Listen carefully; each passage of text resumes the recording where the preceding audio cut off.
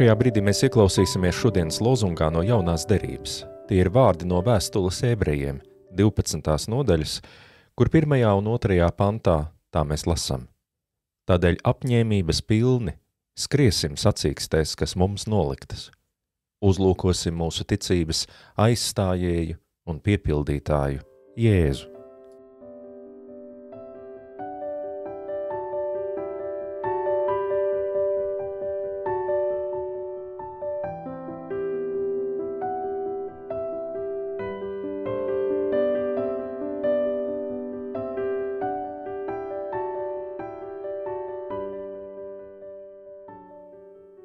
Visvarenais un mūžīgais Dievs, mūsu mīļais debesu Tēvs, mēs Tev pateicamies, ka atkal šajā brīdī mēs drīkstam būt kopā viens ar otru un ar Tevi. Un atkal no jauna apzināties, ka visa mūsu dzīve norisinās Tavā priekšā, vēl vairāk tā norisinās Tevī, Tavā milzīgi neaptveramajā mīlestības un klātbūtnes okeānā. Tu esi radījis šo pasauli un salīdzinājumā ar Tevi, tā ir pavisam niecīga pūciņa. Mums tā ir milzīga, prātam neaptverama, bet Tu esi daudz pārāks par to visu. Un šī pasaule ir Tavas klātbūtnes caurausta. Pat ja mēs to neredzam, pat ja mēs dzīvojam izliktamies, ka to nepazīstam, mēs patiesībā tikai tāpēc vien esam, ka Tu mūs uzturi, ka Tu mums dod šīs iespējas. Un arī šovakar, lai kur mēs būtu, lai kāda mēs būtu, mēs atkal varam būt kopā ar Tevi un zināt, ka Tu esi tuvāk mums nekā mēs paši. Šodien mums apustulis atgādina kādu ļoti vienkāršu līdzību no cilvēka dzīves. Viņš runā par to, ka šajā pasaulē cilvēki reizēm mēģina sasniegt kādus mērķus.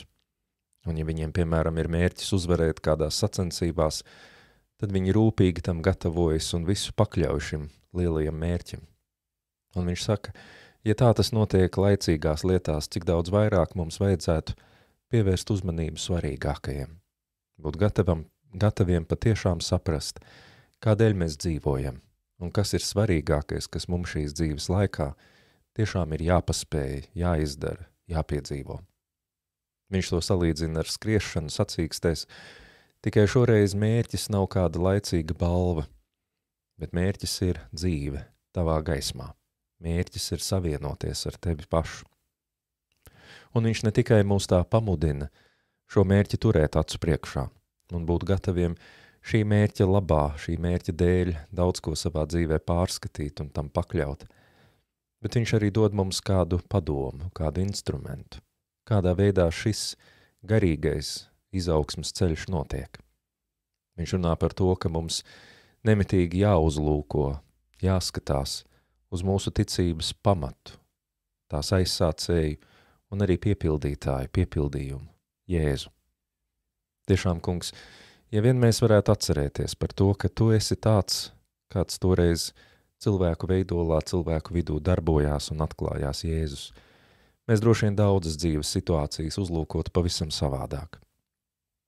Jēzus nav tikai kāds cilvēks, kurš no sevis, no savas gribas ir kaut ko izdomājis un sacījis un darījis, bet mēs ticam un apliecinam, ka viņš ir kā spogulis, kurā mēs redzam Tevi pašu, to, kas esi no mūžības uz mūžību.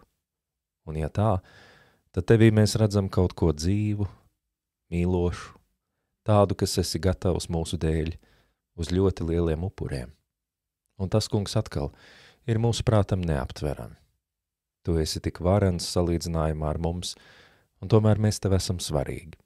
Un ne tikai kaut kā svarīgi, bet svarīgi tādā veidā, ka Tu esi bijis gatavs atdot sevi, lai mūs radītu, pēc tam mūs izglābtu. Un Tu esi gatavs atdot visu, kas Tev ir, lai mēs varētu mainīties un augt. Tāpēc, kungs, mēs Tev pateicamies par to, un mēs lūdzam, ka mūsu sirdis un mūsu prāts tiešām būtu pievērsti Kristus dzīvei, Kristus piemēram.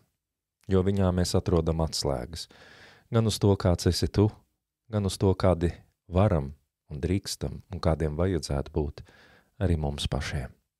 Ļauj mums, kungs, dzīvot šajā viņa evaņģēlī gaismā, ka mēs viņa dzīvi studējam, par to domājam, klausamies, lasam, pārdomājam, atceramies, un ka tajā mēs mācamies redzēt ne tikai kādu cilvēku, kādu atsevišķu iespēju, bet tevi pašu.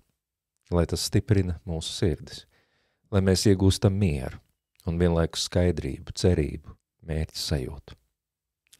Šo lietu, kungs, mēs izlūdzamies tev arī saviem mīļajiem un tuvajiem, domājot par viņu dzīvēm, mēs aizlūdzam par viņu vajadzībām, par visu, kas ar viņiem notiek.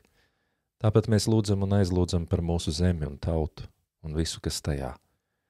Tāpat arī lūdzam par šo pasauli, visām tavām radībām, bet it īpaši cilvēkiem, kuri varētu būt un kuriem būtu jābūt par svētību visai pasaulē, bet kuri reizēm posta to, ko citi cilvēki ir veidojuši un ko tu pats esi radījis. Kungs, tajā visā mums atkal ir svarīgs šis skats uz Kristu, skats uz tevi.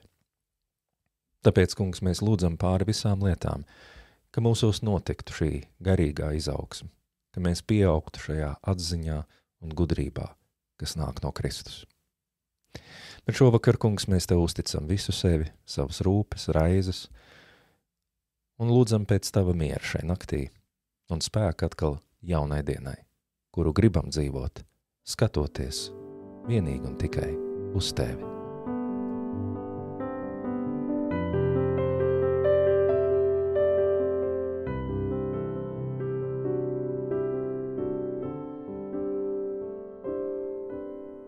Bet pār visām lietām mēs tevi lūdzam ar tiem vārdiem, kurus tavs dēls mums ir mācījis un ko viņš mūsos turpina lūgt un sacīt.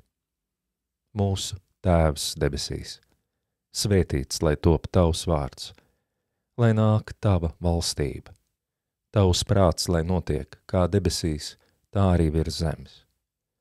Mūsu dienišķo maizi dod mums šodien un piedod mums mūsu parādus, kā arī mēs piedodam saviem parādniekiem. Un neieved mūsu kārdināšanā, bet atpestī mūs no ļauna, jo tev pieder valstība, spēks un gods mūžīgi mūžos. Āmen.